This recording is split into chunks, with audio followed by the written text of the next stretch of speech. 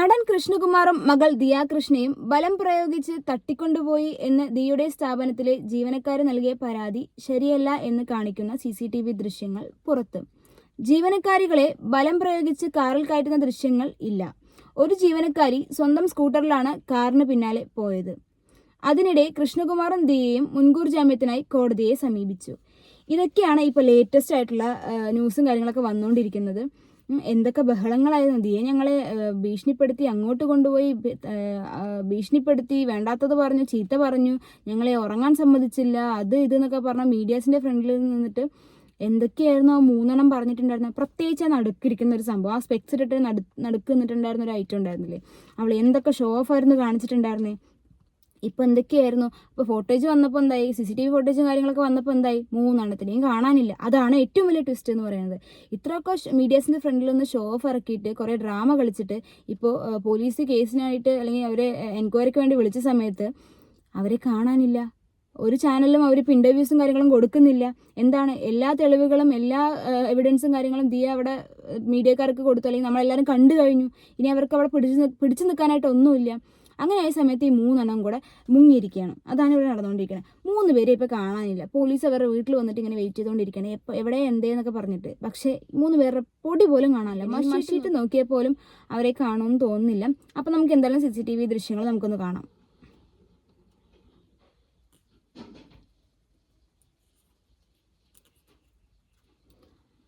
അപ്പോൾ ദേ CCTV ദൃശ്യങ്ങളൊക്കെ കണ്ടല്ലോ.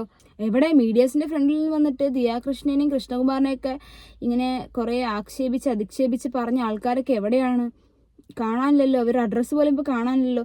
ദിയ ഇത്രയൊക്കെ അവർ തെറ്റ് ചെയ്തിട്ടും, ഈ 3 പേര് ഇത്രയൊക്കെ തെറ്റ് ചെയ്തിട്ടും ദിയ പറയുന്നുണ്ട്, മാന്യമായ ഭാഷയിലാണ് അവൾ സംസാരിച്ചിട്ടുള്ളത്. ഞാൻ നിങ്ങളെ ഒരു അനിയത്തിമാരെ പോലെയാണ് കണ്ടിട്ടുള്ളത്, എന്നിട്ട് നിങ്ങളെ ഞാൻ അത്രയും ട്രസ്റ്റ് ചെയ്തിട്ടും, ഒരു അനിയത്തിനെ പോലെ ഞാൻ കണ്ടിട്ടും നിങ്ങൾ 3 പേരും എന്നെ പറ്റിച്ചു, എന്നെ ചതിച്ചു എന്ന രീതിക്കാണ് ദിയ സംസാരിച്ചിട്ടുണ്ടായിരുന്നത്. ആ ഒരു വ്ളോഗിൽ കാണാൻ പറ്റും നമുക്ക്. എന്തായിരുന്നു, ദിയേൻ്റെ വളകാപ്പ് സമയത്ത് ഇവർ 2 പേരും ഇങ്ങനെ വരുമ്പോൾ അതിലൊരു കുട്ടി വന്നിട്ടുണ്ടായിരുന്നില്ല. എന്നിട്ട് ഇവർ ചോദിക്കുന്നുണ്ട്, മറ്റേ കൊച്ചു എന്തിയ എന്നുള്ള രീതിക്ക് ദിയ ചോദിക്കുന്നുണ്ട്. അതുകൊണ്ട് ദിയ അങ്ങനെ ജാതിനെക്കുറിച്ച് നോക്കുന്ന ഒരാളാണ്, അല്ലെങ്കിൽ ഇങ്ങനെ ഒരു വേർതിരിവ് കാണിക്കുന്ന ഒരു വ്യക്തിയാണെന്നുണ്ടെങ്കിൽ ഇവരൊരിക്കലും ആ സ്റ്റേജിൽ കേട്ടില്ലായിരുന്നു, ആ പൂജയ്ക്ക് പങ്കെടുക്കാൻ സാധിക്കില്ലായിരുന്നു.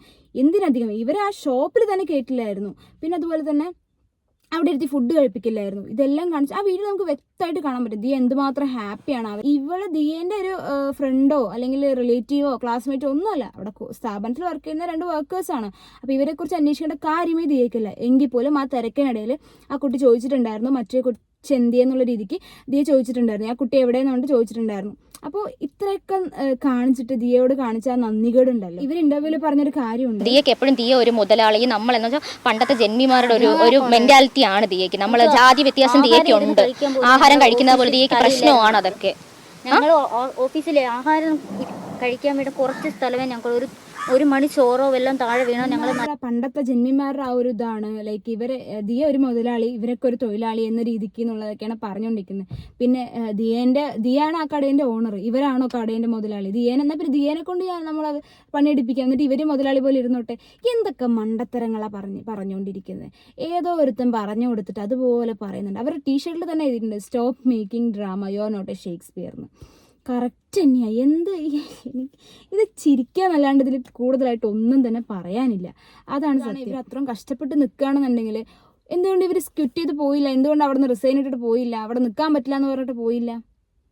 ഇതൊക്കെ ഒരു പോയിന്റിനായി അവർക്കൊരു ബെനിഫിറ്റ് അവിടെ നിന്ന് കിട്ടുന്നുണ്ട്. പിന്നെ വെറുതെ കടന്ന് ദിയേനെ എന്തെങ്കിലുമൊക്കെ പറഞ്ഞ് അവിടെ കുറച്ചും കൂടെ താത്തണം. ദിയേൻ്റെ അച്ഛൻ പൊളിറ്റിക്സ് കാര്യങ്ങളൊക്കെ ഉള്ളതുകൊണ്ട് അതിൽ പിടിച്ച് കയറിയെന്ന് വെച്ചാൽ സ്വാഭാവികമായിട്ടും അവരുടെ ഹേറ്റേഴ്സ് കൂടെ നിൽക്കുമല്ലോ എന്നൊക്കെ ധാരണ കൊണ്ടാണോ അവർ നിൽക്കുന്നത്.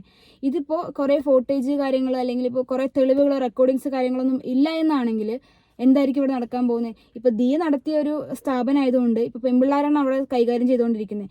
ഇതേ സ്ഥാനത്ത് കൃഷ്ണകുമാറോ അല്ലെങ്കിൽ അശ്വിൻ ഗണേശൊക്കെയാണ് ഈ ഒരു സ്ഥാപനം കൊണ്ടുപോകണമെന്നുണ്ടെങ്കിൽ ഇത് വേറൊരു രീതിക്കായിട്ട് ആ പെൺപിള്ളേരെ മാറ്റുമായിരുന്നു. ലൈക്ക് എന്നെ പീഡിപ്പിക്കാൻ വന്നു, മറ്റത് മറിച്ചെന്നൊക്കെ പറഞ്ഞാൽ സ്വാഭാവികമായിട്ട് പെൺപിള്ളേരുടെ ഭാഗത്താണ് നിൽക്കുള്ളൂ. കേസൊന്നും കയ്യിൽ ഒതുങ്ങില്ല, അങ്ങനത്തെ ആ ഒരു വഴിക്കൊക്കെ പോകും. അപ്പോൾ ഇതിൻ്റെ ബാക്കിൽ കളിക്കാൻ അറിയുന്ന ഏതോ ഒരുത്തനും കൂടെ ഉണ്ട് എന്ന് വേണം പറയാൻ. അല്ലെങ്കിൽ ഒരുത്തൻ അല്ലെങ്കിൽ ഒരുത്തി, ഈ പൈസ കണ്ട് നിൽക്കുന്ന ഏതോ ഒരാൾ ഫീഡ് ചെയ്ത് കൊടുക്കുന്നതാണ് ഈ പെൺപിള്ളേർ ഛർദ്ദിച്ചുകൊണ്ടിരിക്കുന്നത്. പക്ഷേ അവസാനം ഈ പെൺപിള്ളേർക്ക് ആ പൈസയും കിട്ടില്ല, ഈ കേസിൽ നിന്നിട്ട് അവർ ഒഴിവാവില്ല. അതാണ് ഇവിടെ നടക്കാൻ പോകുന്നത്. ഇതൊന്നും അറിയാതെ ഈ 3 ഇങ്ങനെ ചിലച്ചുകൊണ്ടിരിക്കുക. ഇപ്പം ചിലക്കുന്നില്ല, ഇപ്പോൾ അവർ മിസ്സിംഗ് ആണ്. പക്ഷേ ഇത്രയും കാലം ചിലച്ചുകൊണ്ടിരുന്നത് അതിൻ്റെ അടിസ്ഥാനത്തിൽ തന്നെയായിരിക്കും. ഏതോ ഒരുത്തൻ ബാക്കിൽ നിൽക്കുന്നുണ്ട്. ഞാൻ പറയുന്നു ഒരുത്തൻ അല്ലെങ്കിൽ ഒരുത്തി. അവർ നിൽക്കുന്നത് എന്താണ്? ഇവരുടെ കയ്യിൽ ഇത്രയും എമൗണ്ട് ഉണ്ട്. 69 എന്നല്ല, ഇപ്പോൾ ന്യൂസിൽ വരുന്നത് 63 ലക്ഷം എന്ന രൂപയാണ് കാണിക്കുന്നത്. അപ്പോൾ ഈ പൈസ കാണാതെ ഒരുത്തനും നിൽക്കില്ല. ഒരാൾബലം ഇല്ലാതെ അവരെന്തായാലും ഈ പെൺപിള്ളേർ ഇങ്ങനെ സംസാരിക്കില്ല. ആദ്യമേ ചാടിക്കറി കേസും കാര്യങ്ങളൊക്കെ ബാക്കിൽ പോകായിരുന്നില്ല. ഇവർക്കൊരു ചാൻസ് കൊടുക്കായിരുന്നു ചെയ്തിട്ടുണ്ടായിരുന്നു. സത്യങ്ങൾ നിങ്ങൾ എന്നോട് പറയേ, നമുക്ക് പരിഹാരം ഉണ്ടാക്കാം, എന്തൊക്കെയാലും ആയതാവട്ടെ, പക്ഷെ സത്യങ്ങൾ എന്നോട് പറയണം എന്നുള്ള രീതിക്കായിരുന്നു പറഞ്ഞിട്ടുണ്ടായിരുന്നത്. കാരണം ഇവർ പറഞ്ഞുകൊണ്ടിരിക്കുന്ന ഫുള്ള് നുണകളായിരുന്നു.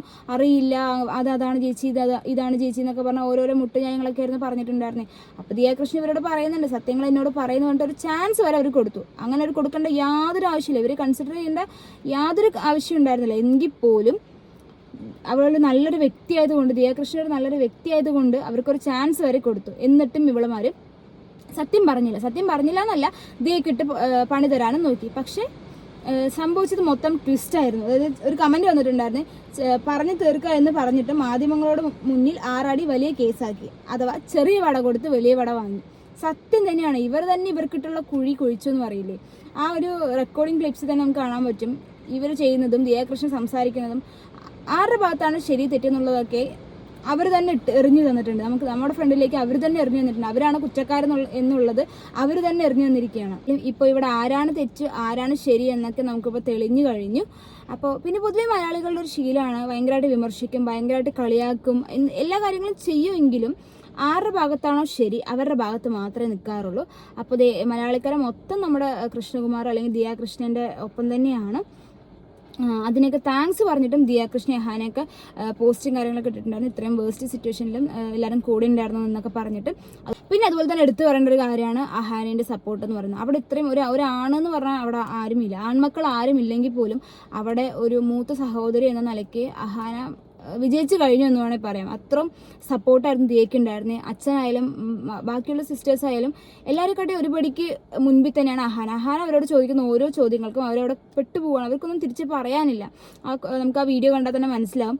എന്തായാലും ഇങ്ങനത്തെ ഒരു സിസ്റ്ററെ കിട്ടിയത് ദിയയ്ക്ക് എന്തുകൊണ്ടും ഭാഗ്യം തന്നെയാണ്. നമുക്ക് പഠിക്കാനുള്ളത് എന്താ വെച്ചാൽ ആരെയും അമിതമായിട്ട് ട്രസ്റ്റ് ചെയ്യരുത്. ഈവൻ നമ്മുടെ കുടുംബക്കാരായാൽ പോലും വീട്ടുകാരായാൽ പോലും എന്തായാലും ഒരു സ്ഥാപനം നടത്തുമ്പോൾ നമ്മളെല്ലാം ചെക്ക് ചെയ്യണം, എല്ലാം മോണിറ്ററൈസ് ചെയ്യണം. ഒരാളെയും ഇങ്ങനെ ട്രസ്റ്റ് ചെയ്തെന്ന് വെച്ചാൽ ഇതുപോലത്തെ സംഭവങ്ങളായിരിക്കും നിർത്തേണ്ട സ്ഥാനത്ത് അവരെ നിർത്തണം.